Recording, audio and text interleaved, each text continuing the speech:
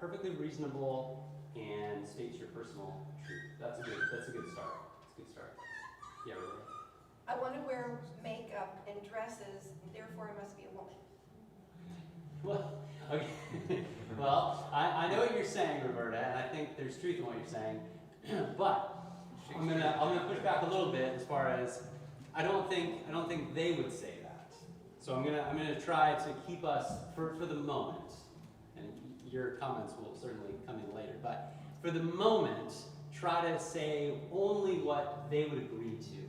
I thought they would agree. If that's a fair thing. Okay. Well, maybe somebody would, but I think for the most part, I think they'd say it's more than that. It's more than that. All the way in the back of the room, Dan. For them, it's kind of saying this makes sense to me. I've had questions in my head, and this is my truth. This makes sense. So this makes sense in my experience. Yeah, basically the drama, my life, everything up to this point. Now I can say this, and everything makes sense. That's how they feel. That's all. Yeah. I know. I say truth is defined by my thoughts and my feelings, not by what somebody else might say, or by society's norms, or even by my biology. But the truth is defined by my experience and my thoughts and feelings. Okay. Yeah. I think for the most part that would be agreeable to most who would hear that. They'd say, yes, you know, my biological parts don't make me who I am. Right, yeah. Okay, good. Gary. And not only is it that my biological parts, but I think that they'd say it doesn't have anything to do with sex. Ooh, yeah. So this is really important, what Gary's bringing up. We often kind of lump a lot of these things together, and actually a lot of folks who would be in this camp who would agree with this statement, they would say, yeah, it's not about sex, it's not about acts of sex, it's about who I am. And that kind of language is used with the homosexual movement as well. So yeah. Yeah, Katie and I got this full on with foster care training in a training called cultural sensitivity. And it was largely about understanding and accepting people's, the way they identify. So they split gender or sex into 3 different categories. One being biological gender, another one being biological sex was one, and then gender was another one, and then sexual orientation was the third. Yes. And those 3 are separate from each other. Yeah. Now we're going to see that there's constant flux and change in all of the ideology, and so you're never going to find, it's an overstatement, but you're never going to find 2 gender theorists who are going to agree completely with each other. But generally speaking, that's moved its way in governmental authorities and institutions. So usually that's somewhat passé. By the time it reaches that point, now it still is impacting people clearly, and it's still very much a prominent view. But that's interesting. That's helpful. Yeah, sexual orientation versus gender versus sex. Yeah, that's good. Other comments on this one of what the culture would say? Yes, Roberta. In my defense, Go ahead. people talking about, it's who I am, but what are the characteristics, what are the things that happen in their life that make them think who I am? Yes. And everybody I've seen on TV, would they reduce being a woman to clothing and makeup? I have never heard, I know I've wondered about this a lot, but I don't hear any of these transsexual, transgender people saying, I just have the compassion like women do. I like to talk like a woman does. And that's not, they all reduce it to, from what I can see, and what they say, they all reduce it to clothing and makeup. Yeah, a great example of that would be like Bruce Jenner, who became Caitlyn Jenner, right? But Bruce Jenner's great because you saw his showing up on the front of, was it Vanity Fair? Was that the cover? I think it was. Yeah, and he was all decked out in this, white gown and all of this sort of stuff. So I think there's a lot of truth to what you're saying, Roberta.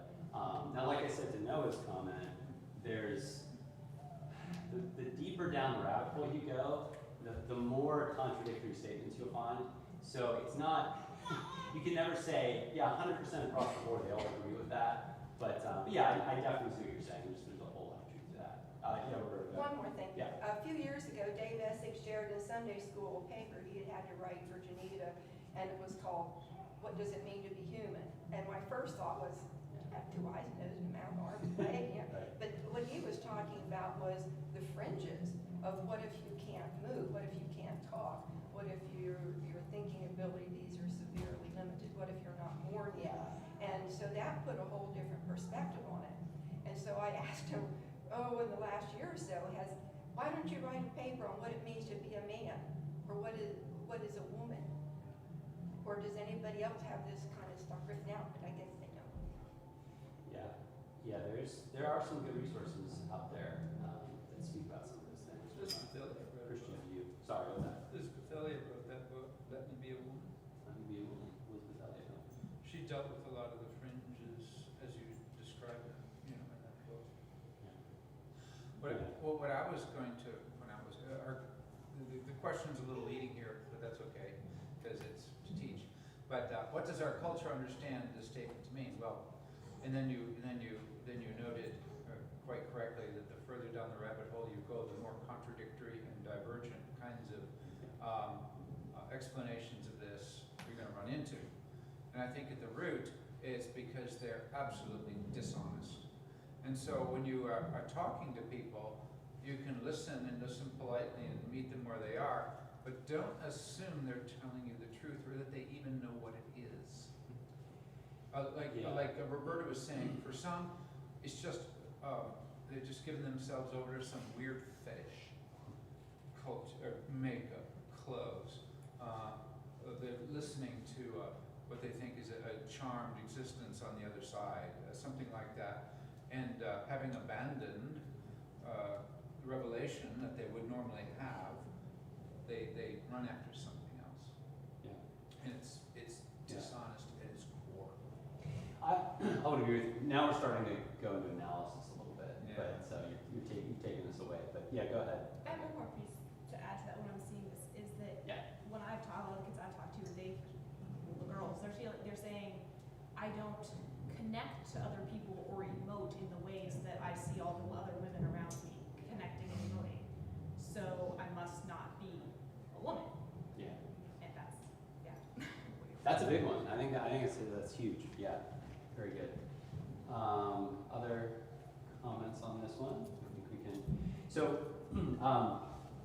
now we also, of course, as Christians, we don't just want to know what the other side thinks and says, though that I think is important because you need to listen well if you're going to offer any kind of critique. That's true in general, isn't it? But we also, when we start to critique, maybe a good place to start is to ask questions, right? So to start thinking of questions. What are some, again, not quite going to the point of Mark, where you went with an analysis and critique and kind of saying, here's what's really going on. That's important, and you have to get there eventually. But even just on the level of a curious person, what kind of questions do you have of this statement? Just as a curious individual. Anybody? Yeah. I think I would go to what Roberta was saying, what is a woman and what is a man? What does that mean? Right? And how do you determine that? Right. I Which would goes to ask- back a little bit as far as like norms and things like that. Yeah. I would ask them, who told you that this was the case? Where did you hear this? Where did you get such a ridiculous idea? But where did you hear this? Did somebody tell you? Meaning no disrespect, of course. Yes, that's right. Well, but I won't say ridiculous. I'll try to be more coy about it. But where did you get this idea? It's a great question. Because there's a professor at Brown University, obviously very conservative, but at Brown University, a very Is there liberal one? You're following place. Right, yeah. Okay. Yeah. No, and this is a woman, Lisa Littman is her name, and this is a woman who pro-gay marriage and so on and so forth, and was shocked by what she found as she was studying contemporary gender dysphoria or transgenderism. found was, was that, well, she at the end had to label it a social contagion, right? Sort of to your point, Mark, a social contagion.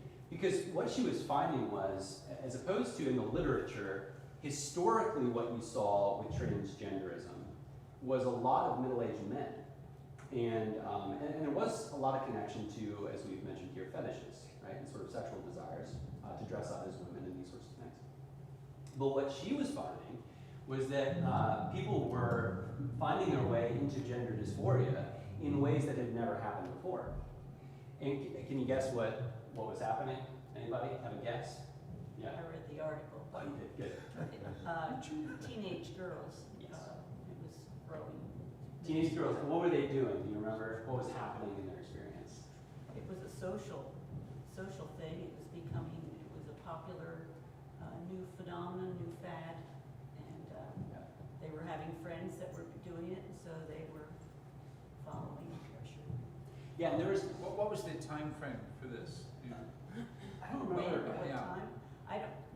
I don't know if she stated any dates, but it was. Like when the study came out, is that what you're You mean asking? when No, well, when she was observing or noting the shift among teenage girls.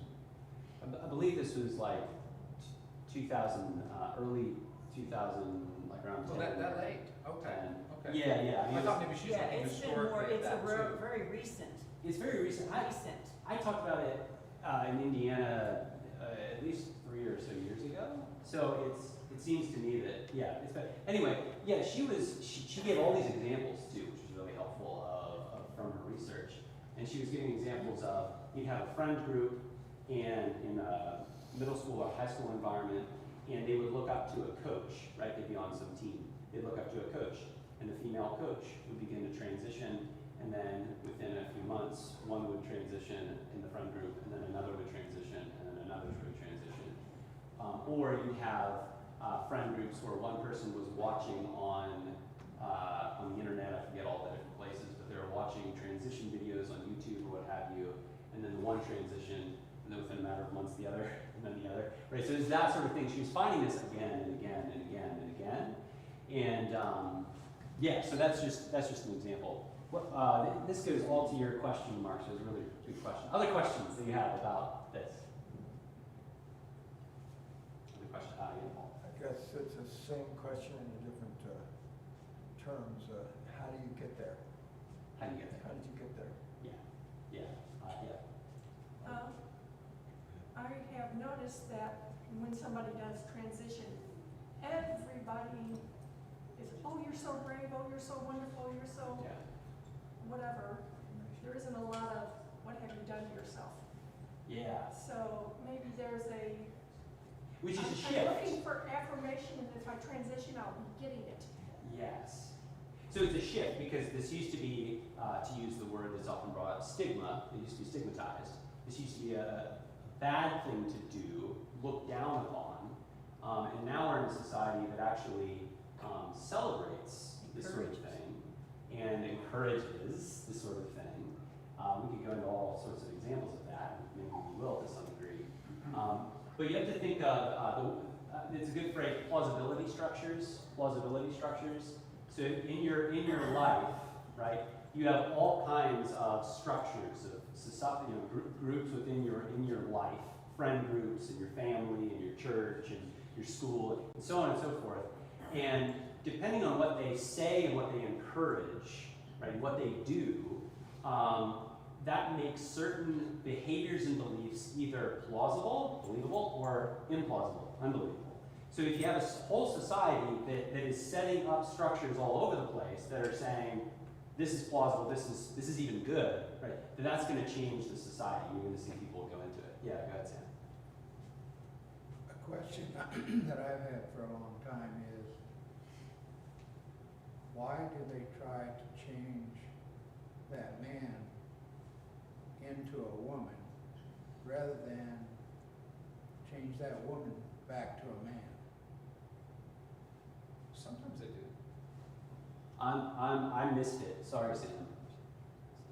I'm a woman trapped in a man's body.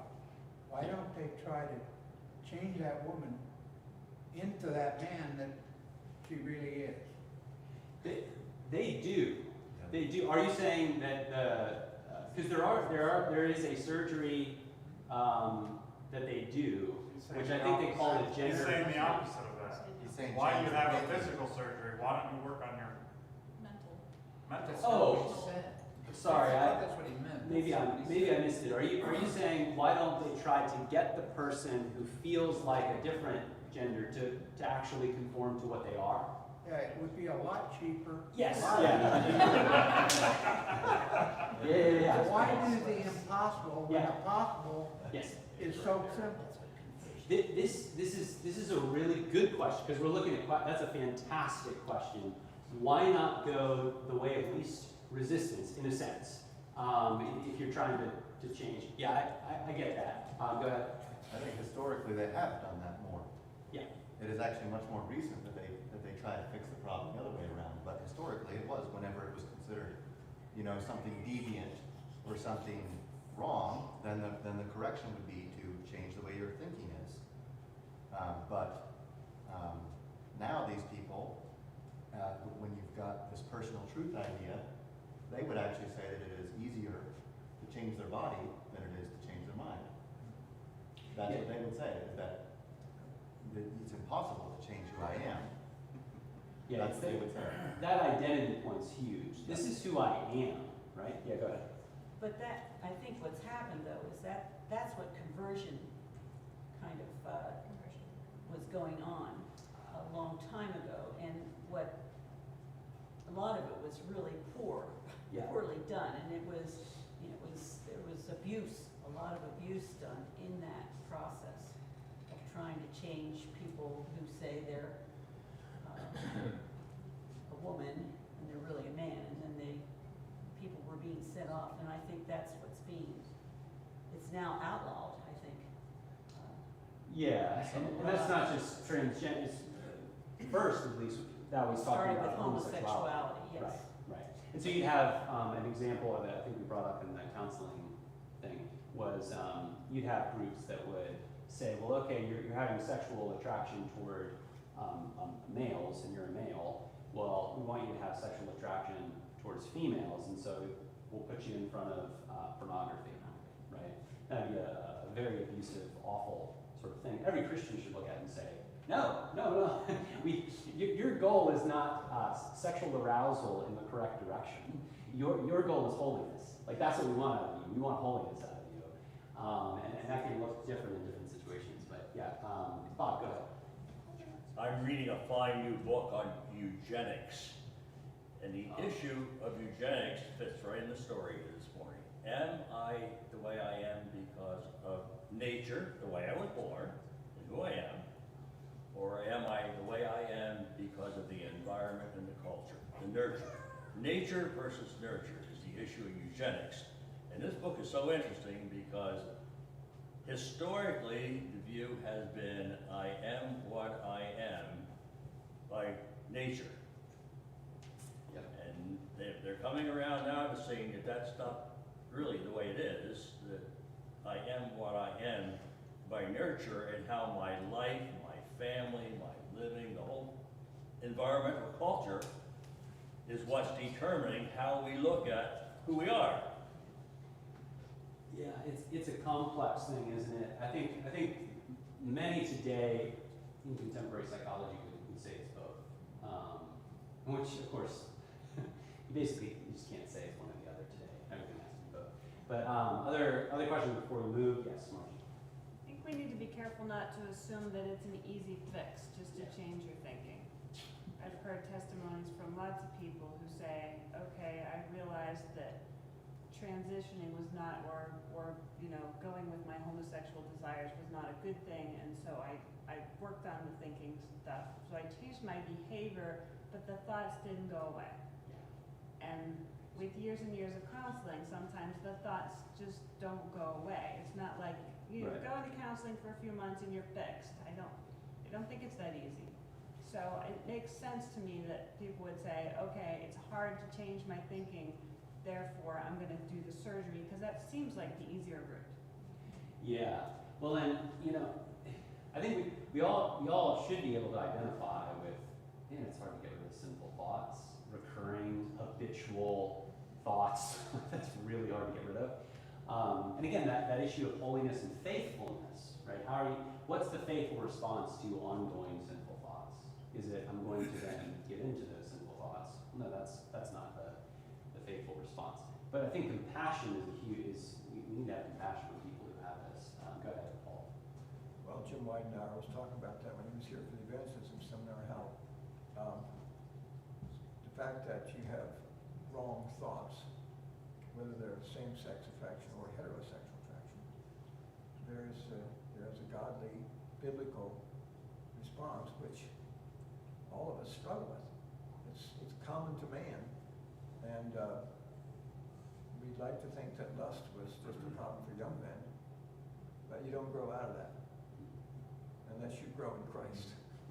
That's the only way you can overcome that. I still can't get past my first thing of what makes, in this case, a guy, a boy, think that he's a woman. Yeah. That's what I can't get past. This is good, if I could transition it, because that's a good thing. I just have a bunch of questions that popped into my mind as I was thinking about this. I'll just read through them real quick. What exactly is it that is trapped inside of a mismatched body, right? So what's the I in the statement, I'm a man trapped in a woman's body and a woman trapped in a man's body? And that leads to another question. Well, why does the body not have a determinative say in the person's gender identity? How comes, right? What makes a man or a woman a woman? A lot of these questions have been coming up in our discussion. Is it possible for a biological man to know what it feels like to be a woman? There's a book called When Harry Became Sally. It got banned from Amazon. All right, Ryan T. Anderson, he's a Catholic scholar, graduated from Princeton and all this. But what was the premise of When Harry Met Sally? Anybody? Nobody seen it? They Too fell in holy? love. No. Sorry, what was it? They fell in love. They fell in love. What was the idea though that yeah, go ahead. That men and women can't be friends. Which is like the premise of a lot of older movies. And what's the idea behind that? Men and women can't be friends, or it's very difficult for them to be friends.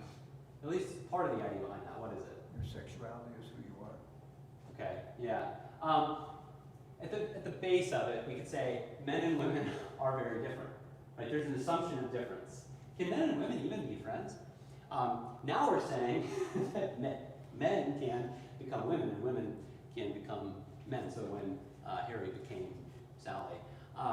But it does bring up this question, how could we even think that a biological man, and we're not talking intersex or what have you, but a biological man, or vice versa, could think they know what it's like to have feelings of the opposite sex? I think it's a legitimate question to be raised. What is the difference between gender and sex? Noah addressed this a little bit, and I bring up activists have different views. So Alok Kaved Menon, I don't think that's his given name, but he would call himself non-binary, and he says gender's not about our appearance, it's about who we are. Which kind of goes in some ways against the more traditional way of seeing the distinction, traditional I say, since the 1960s or so, but the difference between sex and gender, sex being your biological reality, and then gender being your presentation. Right? So what's the relationship between gender and sex? Is there a positive understanding or only deconstruction? So we want to have that. This is a big question, I think, with a lot of the sexual revolution. You want to be asking, what's the positive here? Like, what is your substitute?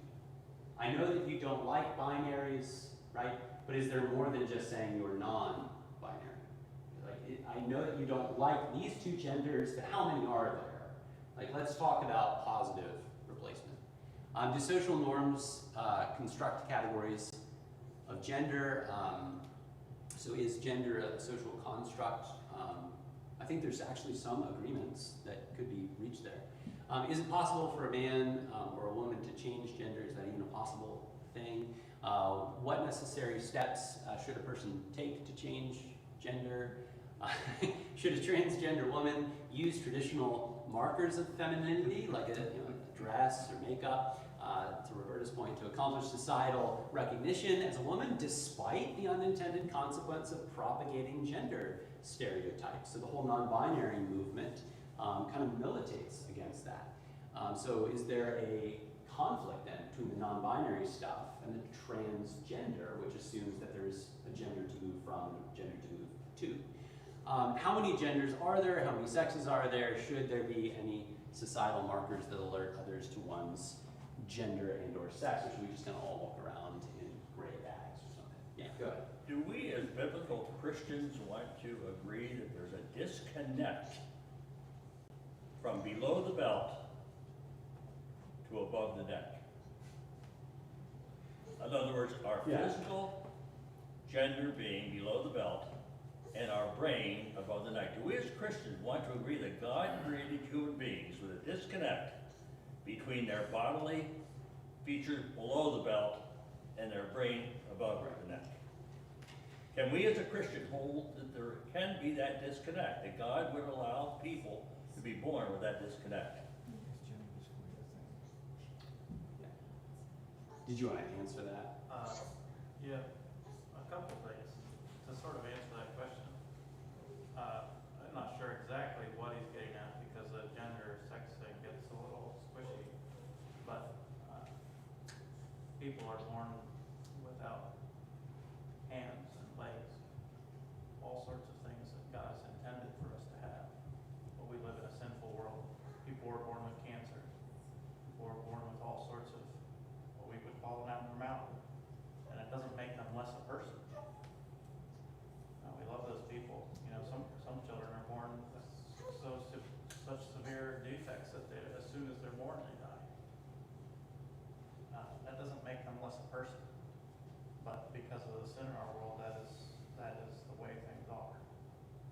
And so, to say that it's not possible for people to be, a while ago, Dave was talking about whether or not there was a gene that would prove that people are oriented homosexually before they're even born. To me, it didn't. It doesn't matter. Just because our genes are messed up doesn't mean that it's right. You can't say, well, because the science says this, well, that makes it right. That's where all of this comes from. It's a truth. We can figure it out. It comes from us. If we figure out what is true, then that's what is true. And as soon as you do that, you have a problem. Which is why we can comfortably say, well, maybe people aren't born with these.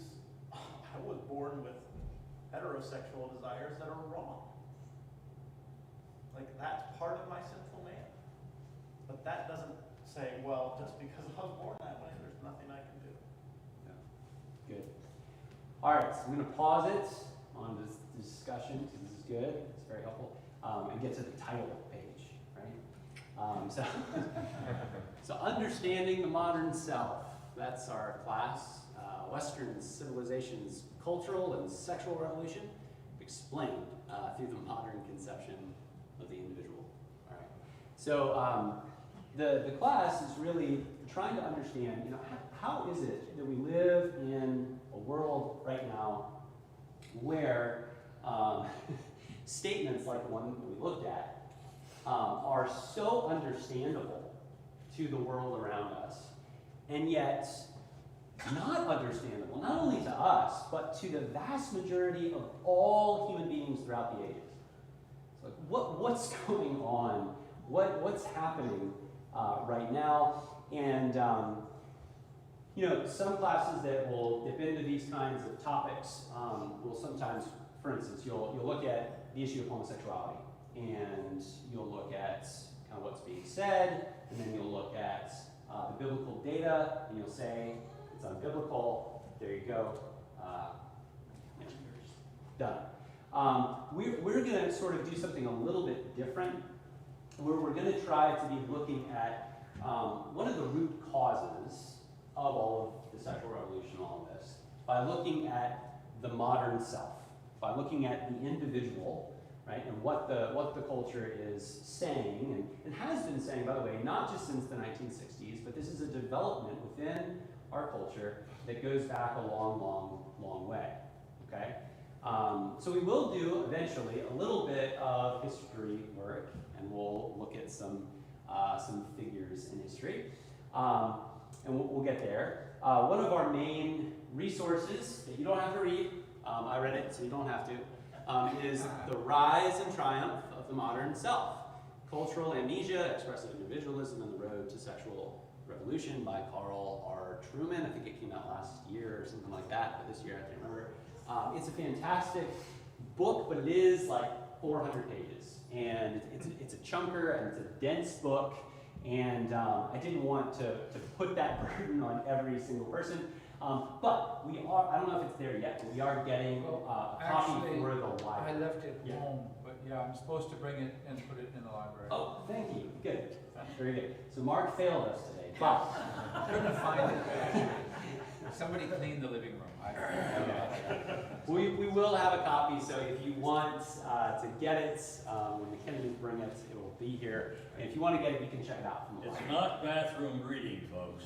It's not bathroom reading, folks. Yes, thank you, Bob. It's so true, yeah. Bob's got a copy, he's been reading it. Have you finished it? Or been Yes, reading it? I've read it, You've but read it's it. not bathroom reading. It's not. When you use the word dense, that's dense. probably good. It's dense. It's dense. Now, Carl Trueman is a very good writer, and he's very understandable for the most part, right? But it's dense. So that's going to be our main resource. We're going to start out today. I'm going to try to make even a vocabulary list fun, sort of. We're going to start out with some vocabulary. And I really appreciated that Carl Trueman started his book this way by talking about some different terms that come to us from some different thinkers. And they're kind of like little hooks, right? That as you talk about different things going on in the culture, you can kind of hang them on these different hooks. So I think that's very helpful. So we are going to start there. This is our vocabulary list. All right, well, it'll take us a while to get through this. But the first one is social imaginary, so we'll start there. So what is social imaginary? What does that word mean? Well, Charles Taylor says that it's that common understanding. So you hear that common, societal, social, imaginary, that common understanding which makes possible common practices. So remember what I said before about legitimizing, making believable, right? So common understanding that makes possible common practices and a widely shared sense of legitimacy. Trueman is helpful. He says that the social imaginary, to kind of contrast it a little bit, he says it's not so much a conscious philosophy of life. It's not sort of in a very conscious, theoretical way, sitting down and writing out your worldview and all of this, right? That's not so much what it is. He says, as it is a set of intuitions and practices.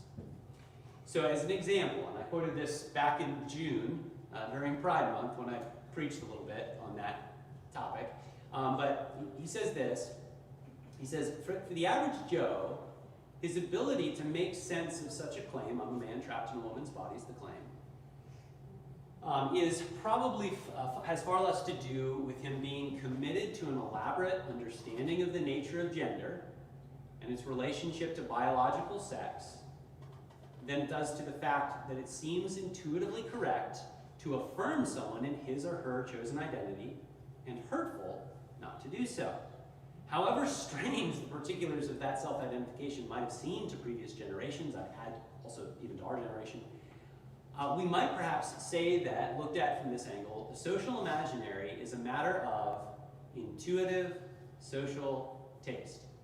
And the question of how the tastes and intuitions of the general public are formed is the question of how the social imaginary comes to take the shape that it does. So just to zoom in on a particular little quote within that bigger quote, it seems intuitively correct to affirm someone in his or her chosen identity and hurtful not to do so.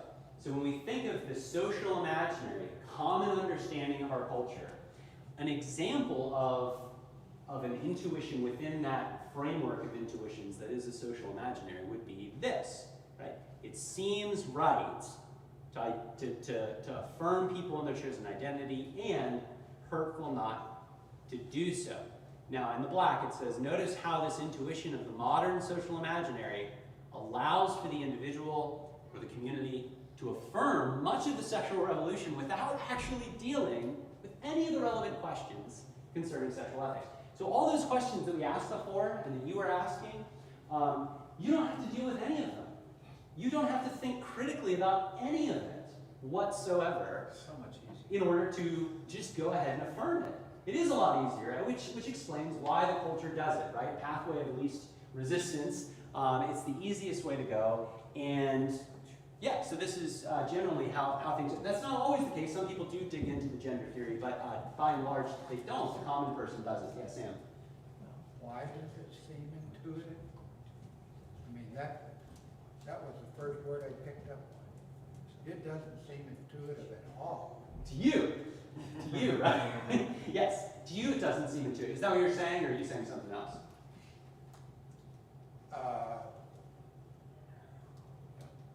I guess it's me, but the scripture stands behind it's not intuitive.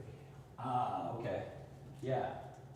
Yeah, and that goes back to the, So the reason is yeah. our culture is lost. Yeah. They can't think, period.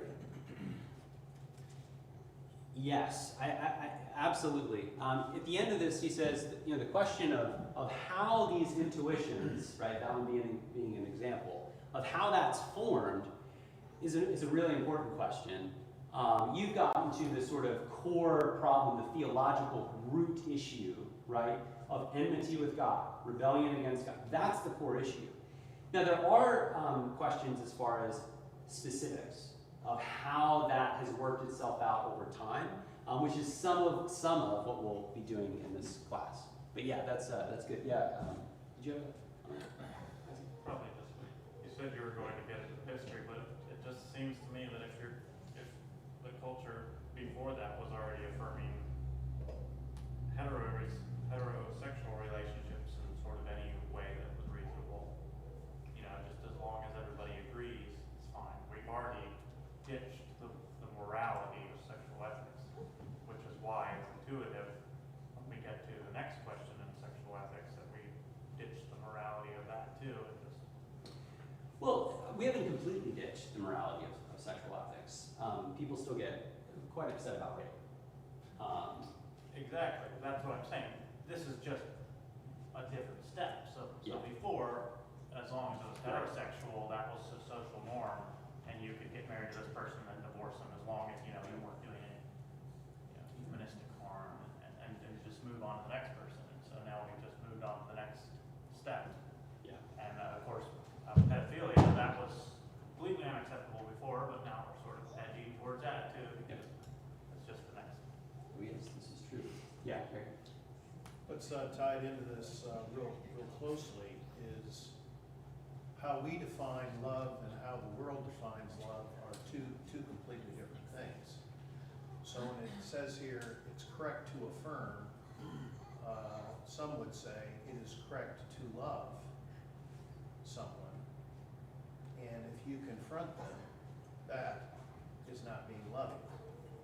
So we just have different definitions of what love is. Yeah. Yeah, Margie.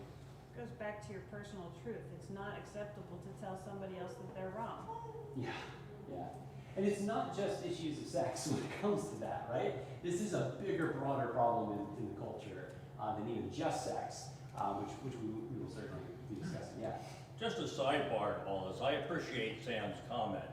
I can't divorce what we're going to be going through these next weeks from all the input we got on biblical counsel. Yeah, sure. They are not unrelated. Sure. Yes, absolutely. Yeah, go ahead. The whole concept of intuition has a lot to do with how you think, your views on things. And on Christian radio, this was when my dad was still in practice. It was before 1990. They were telling the agenda that the homosexual group had in plan. They had a whole agenda. Number one, they were going to do this. They had an order in which they were going to do it in order to get things changed, and they've been very successful. The very first thing that they were going to do was to have homosexual desires removed from the coding books as a disease or as a as a disease, so that it would no longer, it would be something that was okay. And that happened within a couple years. Yeah. Like And then seven- they go down, but they've done that, and so they've done that little by little, and they are accomplishing, they're getting people in their camps. So what they're doing, as they go through this plan, they have people, they're finding, getting more and more people to support their cause. And the more people you have to support the cause, the more this intuition becomes influenced by their agenda. Right, which you get, you're getting at how this is formed. And it's funny because I remember, because I wasn't raised in political conservatism, I was raised in the opposite. So I always thought that was a conspiracy theory. So until I started looking into it myself. There's a great book by Michael Brown called A Queer Thing Happened to America. And he goes through, and it's so well researched, he gives you the original sources to go to. It's really, really helpful. But he talks about how the DSM, the Diagnostics Manual, the APA, how that happened, that homosexuality was removed. Now, I'm not even saying as a Christian I necessarily agree with it being in the DSM, but as far as how it was removed, it was completely political. It had absolutely nothing to do with new research, which was shocking to me. And the whole the gay agenda, right? This is something that a lot of mainstream news outlets will pretend is a conspiracy theory, but you can go and read it for yourself. That was written, So anyway, all that to say, we need to keep moving because we're so many good comments. We're going to move slow through this class, I can tell. But the point of the whole intuition thing too, that is really, really, I want to make sure we get this, is that, and this is true about you as well as this is true about anybody else, is that a lot of what you do is not thought through. It's intuitive. Right. You just automatically think and do and feel things without being like, you know what, I think I'm going to feel love right now. You don't do that, right? So James K. Smith says that the point is that, for the most part, we make our way in the world by means of under-the-radar intuition. That's true. And you need to understand that your intuition may be very different from your neighbor's. And so when you talk to them, you cannot assume that their intuition, their automatic sort of beliefs, their automatic responses to things are going to be yours.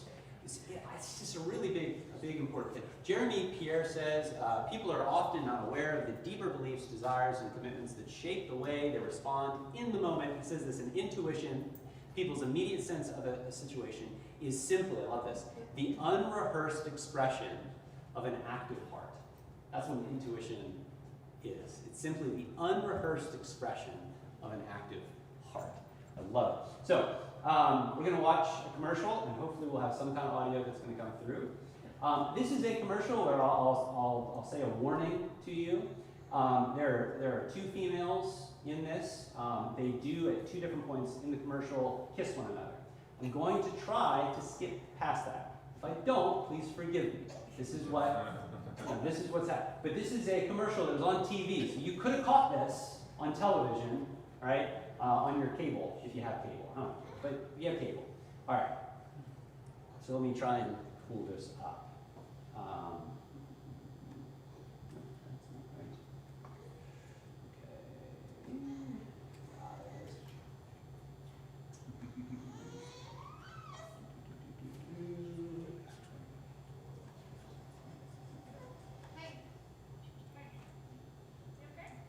Wait. 1 second.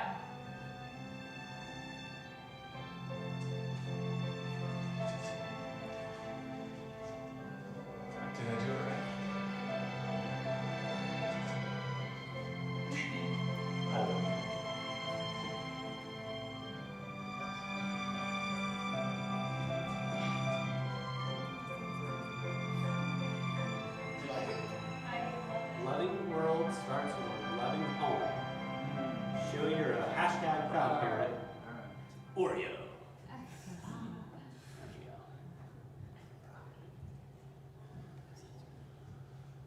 Very good. All right, so I've got some questions for you. Can we get this back up? Okay.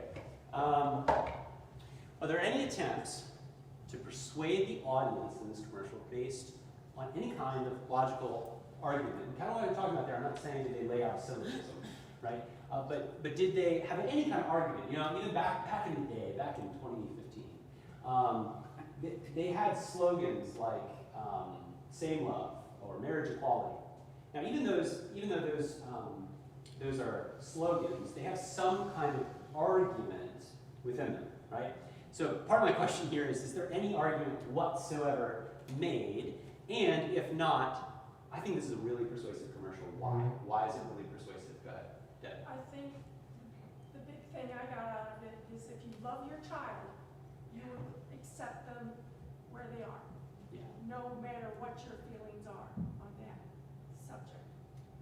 Yeah, you went to the second one. What is the binary choice presented to a parent watching this? And it is either you love them or what? Hate them. You hate them. You hate them. Yeah, no. Yeah, I'd take it further, accept instead of affirm.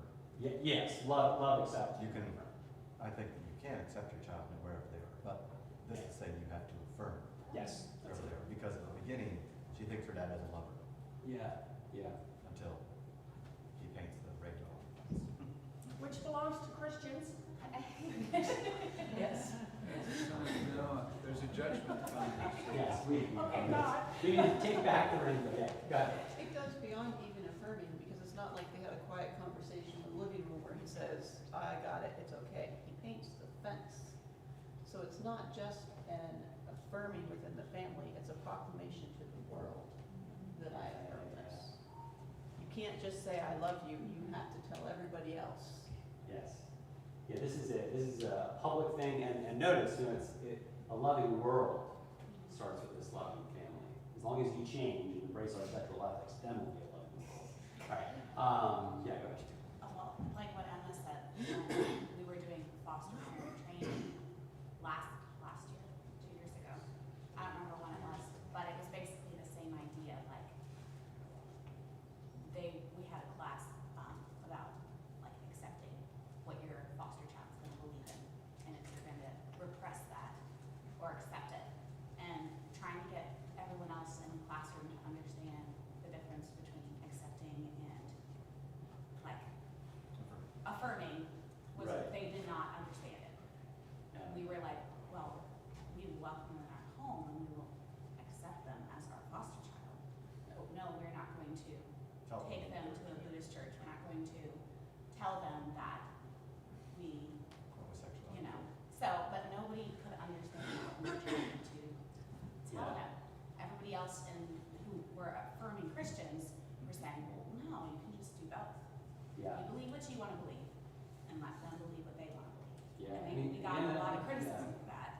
There's that, again, that automatic or intuition. That's just outside of the way of thinking about that. Yeah. Yeah, just in that training, this is what, some of you have heard this story. We were faced with a series of questions about what you're comfortable with. And the question that came up was, you have a 12-year-old foster daughter, and she wants to bring her girlfriend to your family's Thanksgiving. So are you okay with that? So you either walked to the side of the room that was comfortable with that, or you walked to the side of the room that was uncomfortable with that. Wow. And so a majority of the couples went to the comfortable side, and Katie and myself and one other couple went to the other side. And there's like 12 couples. Most of the people in that room expressed some sort of faith. But then we were confronted and said, well, why? Why would you not be comfortable with this? Why is this not okay? And I said, well, because we're Christians and we believe what the Bible says is true, and that's wrong. And so, you know, the other couple said something funny. He said, well, first of all, I don't think my 12-year-old daughter would be bringing a boyfriend to.